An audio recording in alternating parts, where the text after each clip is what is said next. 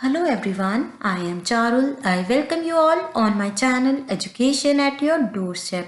This is the 10th lecture in the lecture series of Ecology and Environment, in which we are going to talk about the components of the ecosystem. Guys, we have already discussed about the biotic and the abiotic components of the ecosystem in the previous videos in very scattered form. But in this video, we will be compiling them all at one place. But before that, you have to answer some questions. Guys, what is the morphological and biological concept of species? What are the different types of interactions? What is the detritus and the grazing food chain? And guys, you have to tell me why the ecological pyramid of energy is always upright. If you don't know the answer of these questions, then please refer to my previous videos. The link is given below in the description. And if you have any doubts regarding any lecture, you can follow me on my Telegram channel, that is Education at Your Doorstep. Let's start the lecture and know about the ecosystem. Guys, ecosystem is basically a geographical area where the interacting biotic components are interacting with the interacting abiotic components. So much interactions. आखिर क्या होती हैं ये interactions? Interactions होती हैं basically अगर एक species दूसरी स्पीशीज पर कोई भी इफेक्ट डाले, एक चीज दूसरी चीज पर कोई भी इफेक्ट डाल रही है, चाहे पॉजिटिव चाहे नेगेटिव, तो उसे बोला जाता है interactions. And in the previous videos we have already discussed about the different types of interactions. तो गाइज हमने देखा कि बायोटिक कंपोनेंट्स के साथ इंटरेक्ट करते हैं and even with the abiotic components. Abiotic components are interacting with the abiotic as well as the biotic components. तो इसे बेसिकली बोला जाता है इकोसिस्टम. तो हमने एक टर्म यूज की बायोटिक एंड द एबायोटिक. अभी ये होते क्या है? गाइस, पहली चीज तो ये है कि हमें ये देखना है कि ये होते क्या है. दूसरी चीज हम लोगों को जो नोटिस करनी है वो ये है, क्या ये मोबाइल होते हैं या फिर ये होते हैं fixed. So guys, let's talk about the biotic components. Basically, the living components of any ecosystem are known as the biotic components and the non-living components of the ecosystem are known as the abiotic components. Guys, wherever you are living is a ecosystem and you have to tell me आपके आसपास कितनी living चीजें हैं and कितनी चीजें हैं जो non-living हैं. इसी के बेसिस पर हम लोग कंपोनेंट्स को दो पार्ट्स में डिवाइड करते हैं. एक को बोला जाता है बायोटिक एंड दूसरे को बोला जाता है एबायोटिक. तो guys let's talk about the biotic components of the ecosystem which are basically the living components. Guys आपके आसपास लिविंग क्या है? ह्यूमंस है, मतलब आपके फैमिली मेंबर्स, आपका कोई भी पेट हो सकता है, या फिर अगर आपने अपने घर में प्लांट्स उगाए हुए हैं तो वो. तो बेसिकली हमने देखा कि दो तरह की चीजें थी, एक थे हमारे प्लांट्स एंड एक एनिमल्स. तो ह्यूमंस कहाँ गए?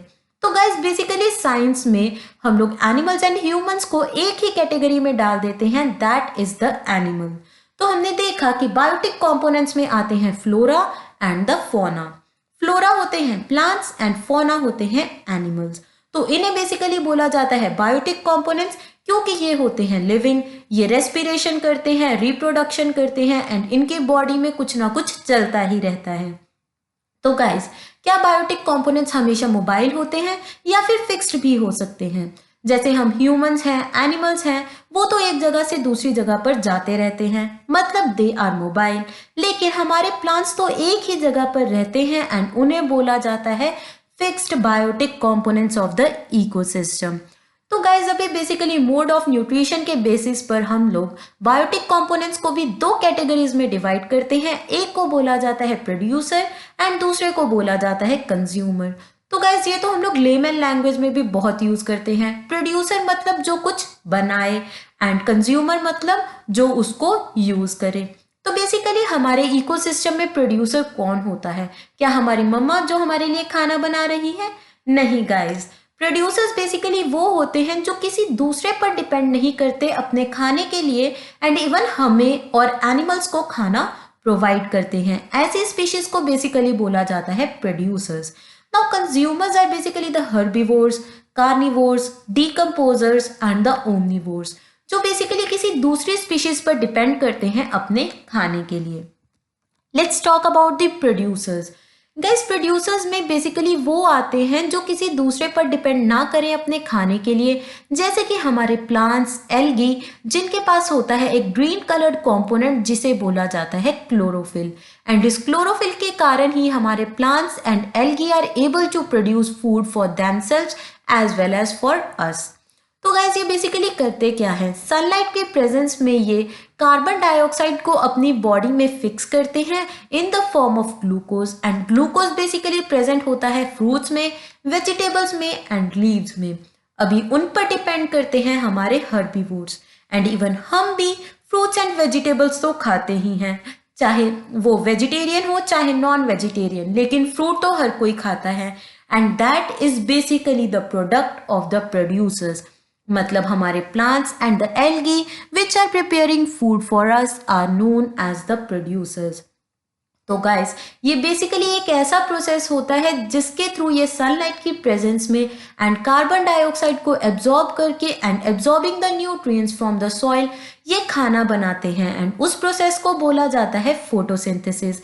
तो बेसिकली हमारे प्रोड्यूसर्स ऑलमोस्ट होते हैं फिक्स्ड, क्योंकि आपको पता है कि प्लांट्स एक ही जगह पर रहते हैं। जो हमारी छोटी छोटी एल्गी होती है, जो आपने कभी ग्रीन कंपोनेंट देखा होगा लेक्स की साइड पर, तो वो एल्गी होती है एंड उनका ग्रीन कलर होता है क्लोरोफिल के कारण। एंड वो भी एक जगह पर फिक्स्ड ही रहते हैं। तो गाइज ये जो हमारा ग्रासलैंड है जिसमें एक पेड़ लगा हुआ है, ये है बेसिकली एग्जाम्पल हमारे प्रोड्यूसर की। एंड इनका ग्रीन कलर होता है बेसिकली क्लोरोफिल के कारण। एंड ये in the presence of sunlight and bye absorbing the carbon dioxide हमारे लिए एंड खुद के लिए बना रही है खाना। लेकिन गाइज अभी ये राइट इमेज में हमें काऊ दिख रही है, क्या ये अपना खाना खुद बना सकती है? क्या ये अपना ही दूध पीती है? नहीं। तो ये गाइज बेसिकली डिपेंड करती है किसी और चीज पर अपने खाने के लिए। सो जैसे कि ये अपना खाना खुद नहीं बना सकती, तो इसको हम लोग बोलते हैं consumer. Consumers are basically the species which can't prepare their food by their own. तो बेसिकली ये किसी दूसरी स्पीशीज पर डिपेंड करेंगे अपने खाने के लिए। एंड इसी को रेफरेंस लेकर हम लोग कंज्यूमर्स को भी बहुत सारी कैटेगरीज में डिवाइड कर सकते हैं। बेसिकली वो क्या खा रहे हैं एंड उनकी एनर्जी कहाँ से आ रही है, उसके बेसिस पर हम लोग कंज्यूमर्स को डिवाइड करते हैं herbivores, carnivores, decomposers and omnivores में। तो कंज्यूमर्स बेसिकली होते हैं जो या तो फिर हमारे प्रोड्यूसर पर डिपेंड करें खाने के लिए एंड या फिर किसी दूसरे कंज्यूमर पर। लेट्स सी ये होते क्या हैं। तो गाइज हमारे कंज्यूमर्स तो मोबाइल ही होते हैं, क्योंकि वो दूसरे पर डिपेंड करते हैं अपने खाने के लिए। तो वो बेसिकली क्या करते हैं कि एक जगह से दूसरी जगह पर जाते हैं, वहां पर खाना खाते हैं। जब वहां खत्म हो जाता है तो किसी दूसरी जगह पर चले जाते हैं। जैसे कि if a cow is grazing in the field, तो क्या होता है अगर एक जगह पर ग्रास खत्म हो गई तो वो दूसरी जगह पर जाएगी घास चरने के लिए। तो गाइस इन्हें बोला जाता है हर्बीवोर्स, जो बेसिकली डायरेक्टली हमारे प्रोड्यूसर पर डिपेंड करती हैं अपने खाने के लिए। The consumers which depend directly on the producers for their food are known as the herbivores. Herbivores मतलब जो सिर्फ प्लांट प्रोडक्ट खाएं, या तो वो डायरेक्टली लीव्स खाएं, उसके फ्रूट्स खाएं, उसके वेजिटेबल्स खाएं। तो क्या हम लोग बोल सकते हैं कि जो वेजिटेरियन होते हैं वो भी हर्बीवोर्स होते हैं? मतलब हम ह्यूमंस जो सिर्फ वेजिटेरियन खाते हैं, क्या वो हर्बीवोर्स हैं? नहीं गाइस, उनके लिए एक डिफरेंट टर्म यूज की जाती है एंड वो हम लोग आगे वाली स्लाइड्स में देखने वाले हैं। Now coming to the carnivores. Carnivores are the species which basically depend upon another animals for their food.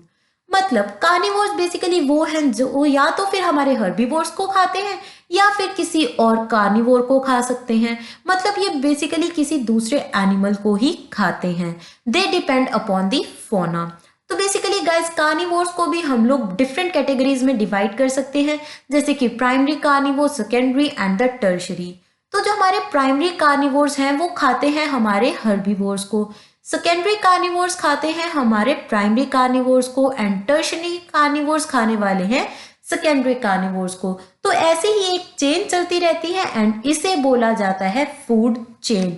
And guys you have to tell me क्यों सिर्फ 4 से लेकर 5 ट्रॉफिक लेवल्स ही पॉसिबल होते हैं किसी भी इकोसिस्टम में। तो guys next category is the decomposers. These are basically the species which feed on the dead and the decaying matter. मतलब अगर कोई भी प्लांट गिर गया है, टूट गया है, उसकी लीव्स ग्राउंड पर गिर गई हैं, या फिर कोई एनिमल मर गया है, उसकी बॉडी वहां पर पड़ी हुई सड़ रही है, तो उसे बेसिकली हम लोग डेड एंड डिकेइंग बोल सकते हैं।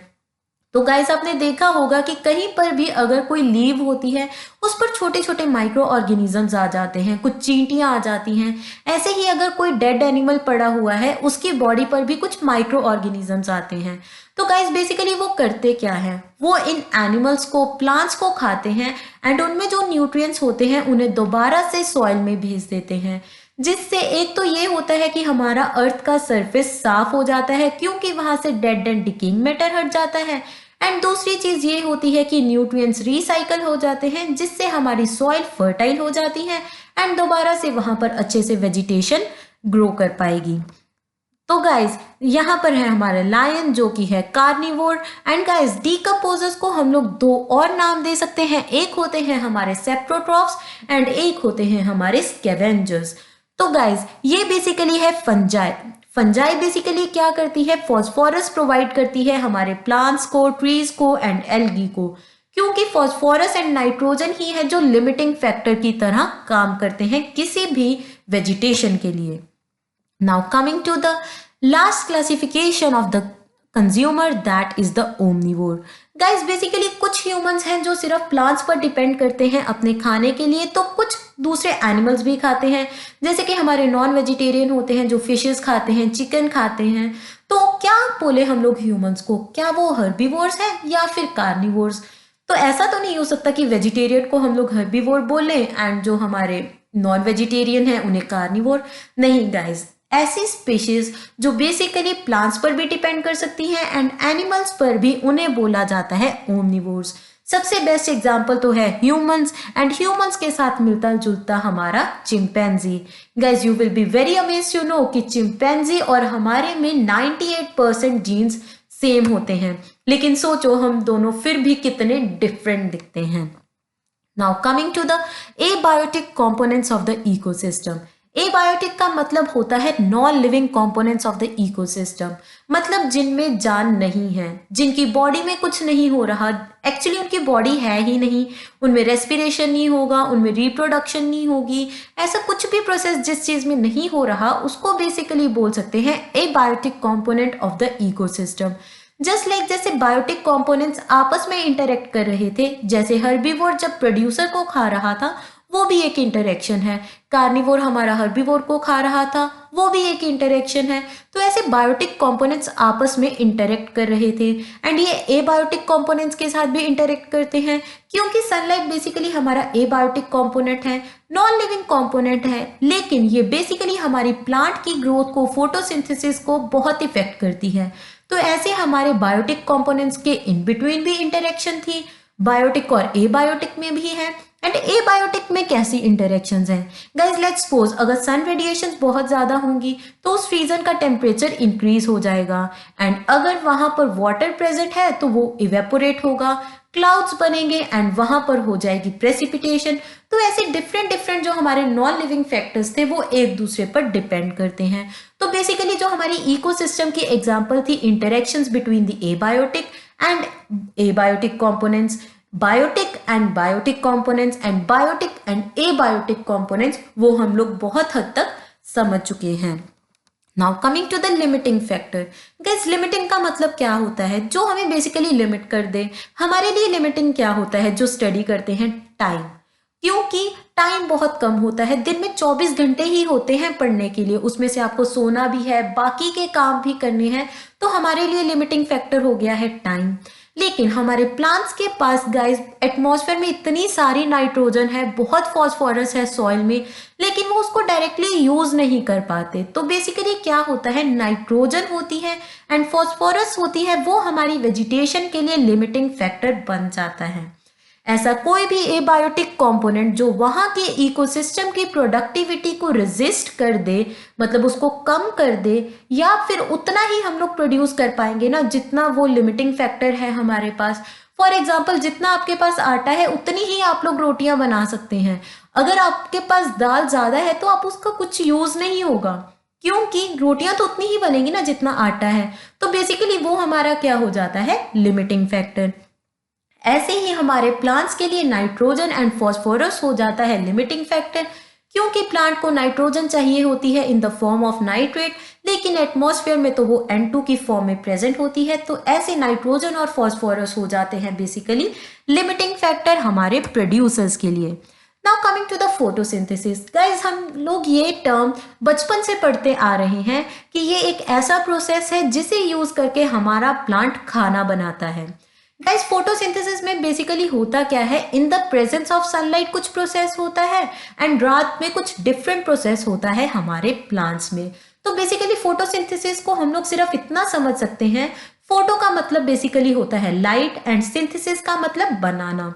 तो बेसिकली सनलाइट के प्रेजेंस में कुछ बनाना हमारे प्रोड्यूसर्स से, जो कि जिनमें प्रेजेंट है क्लोरोफिल, उसे प्रोसेस को बोला जाता है फोटोसिंथेसिस। तो गाइस हमने देखा कि ये in the presence of light होता है। तो बेसिकली डिफरेंट लाइट्स में इनका जो स्पीड है वो भी डिफरेंट होगा। सबसे ज्यादा होती है रेड कलर में, क्योंकि रेड कलर बहुत इजीली एब्जॉर्ब हो जाता है किसी भी चीज में। लेकिन सबसे कम होगी ग्रीन कलर में, क्योंकि ऑलरेडी क्लोरोफिल का कलर ग्रीन है, तो ग्रीन कलर रिफ्लेक्ट बैक हो जाएगा। एंड गाइज रेड कलर से कम होगी थोड़ी ब्लू कलर में, ब्लू से कम येलो में, एंड ग्रीन में तो सबसे मिनिमम स्पीड होने वाली है हमारे फोटोसिंथेसिस की। गाइज फोटोसिंथेसिस में दो तरह के रिएक्शंस होते हैं, एक होता है लाइट रिएक्शन एंड एक होता है हमारा डार्क रिएक्शन।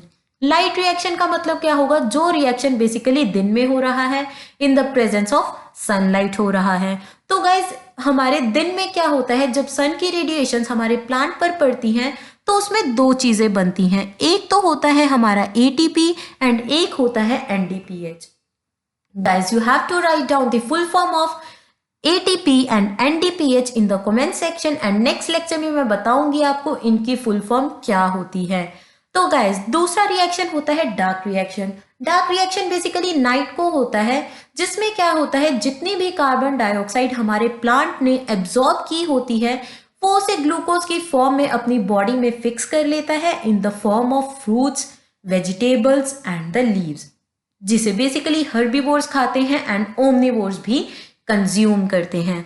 तो बेसिकली दो रिएक्शन है, लाइट रिएक्शन जो दिन में होता है तब बनता है ATP एंड NDPH, एंड रात को जो रिएक्शन होता है उसमें कार्बन डाइऑक्साइड फिक्स हो जाती है हमारी प्लांट की बॉडी में in the form of glucose in fruits, in vegetables and in leaves.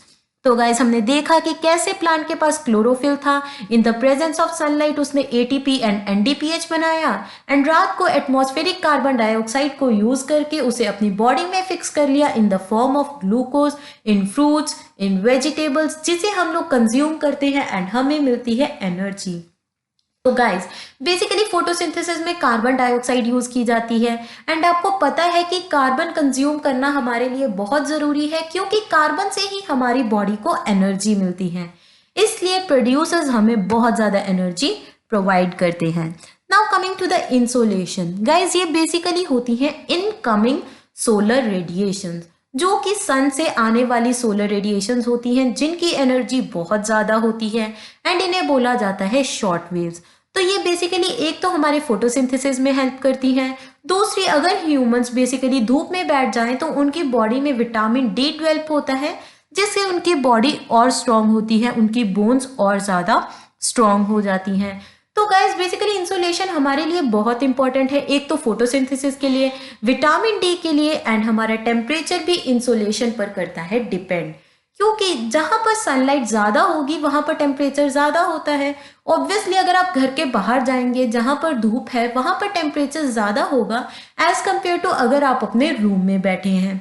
तो बेसिकली गाइज होता क्या है, हमारी अर्थ को 3 पार्ट्स में डिवाइड किया जाता है, tropical region, temperate region and the frigid region. Tropical region में सन की रेडिएशंस डायरेक्टली फॉल करती हैं, जिसकी वजह से ट्रॉपिकल रीजन में टेम्परेचर बहुत ज्यादा होता है, एंड ओपन वाटर बॉडीज होने के कारण यहाँ पर इवेपोरेशन रेट ज्यादा होता है, प्रेसिपिटेशन ज्यादा होती है, इसलिए यहाँ पर मिलते हैं हमें ट्रॉपिकल रेन फॉरेस्ट, जहाँ पर बहुत ज्यादा वेजिटेशन एंड बायोडाइवर्सिटी मिलती है। लेकिन हमारे फ्रिजिड जोन में इंसोलेशन बहुत कम होती है, जिसकी वजह से वहां पर टेम्परेचर कम होता है एंड एज अ रिजल्ट वहां पर वेजिटेशन हो जाती है बहुत कम। तो गाइज अभी प्रेसिपिटेशन क्या होती है, क्या सिर्फ बारिश को प्रेसिपिटेशन बोला जाता है?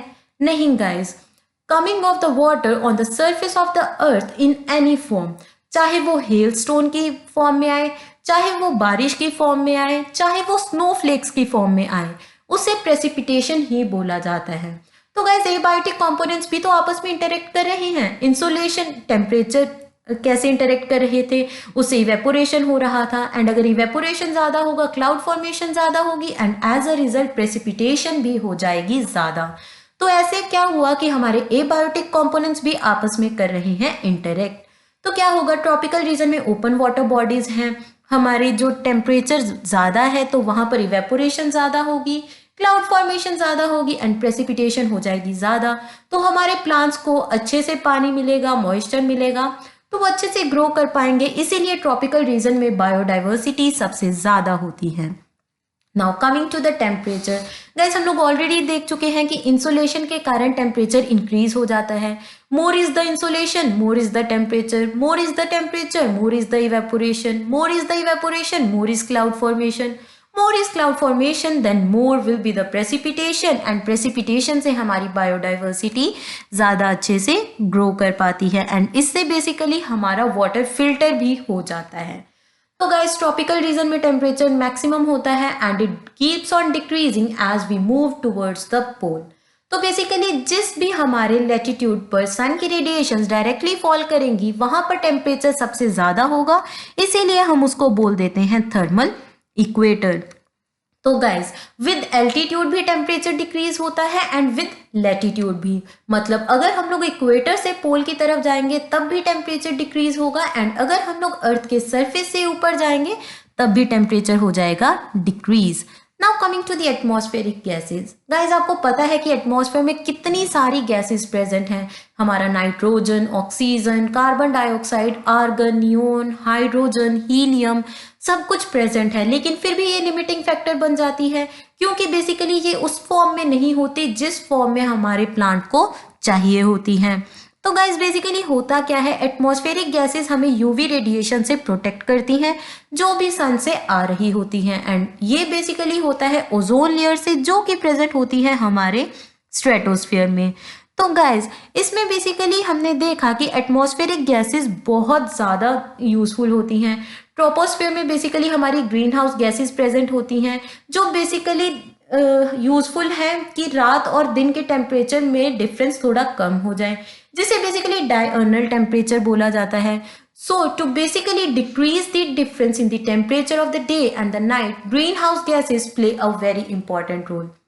एंड एटमॉस्फेयर में प्रेजेंट ऑक्सीजन हम लोग यूज करते हैं इनहेलेशन में, प्लांट्स यूज करते हैं carbon dioxide to produce the glucose, and basically और भी गैसेस यूज की जाती हैं डिफरेंट डिफरेंट पर्पसेस के लिए।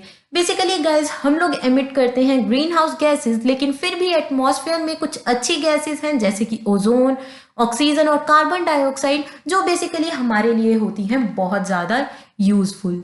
तो गाइज हमने देखा कि कैसे बायोटिक के साथ इंटरेक्ट करते हैं, एबायोटिक के साथ, एंड बायोटिक करते हैं एबायोटिक के साथ। तो गाइज एटमॉस्फेरिक गैसेस के साथ भी तो बायोटिक कंपोनेंट्स हैं, जैसे कि हम ह्यूमंस ऑक्सीजन ले रहे हैं, कार्बन डाइऑक्साइड रिलीज कर रहे हैं, ऐसे ही हमारे प्लांट्स कार्बन डाइऑक्साइड एब्जॉर्ब करते हैं एंड ऑक्सीजन करते हैं रिलीज। तो ऐसे बायोटिक एंड एबायोटिक कंपोनेंट्स आपस में इंटरेक्ट करते रहते हैं एंड इसी को बोला जाता है ecosystem. So guys if you enjoyed my video then do like, share and subscribe. Thank you.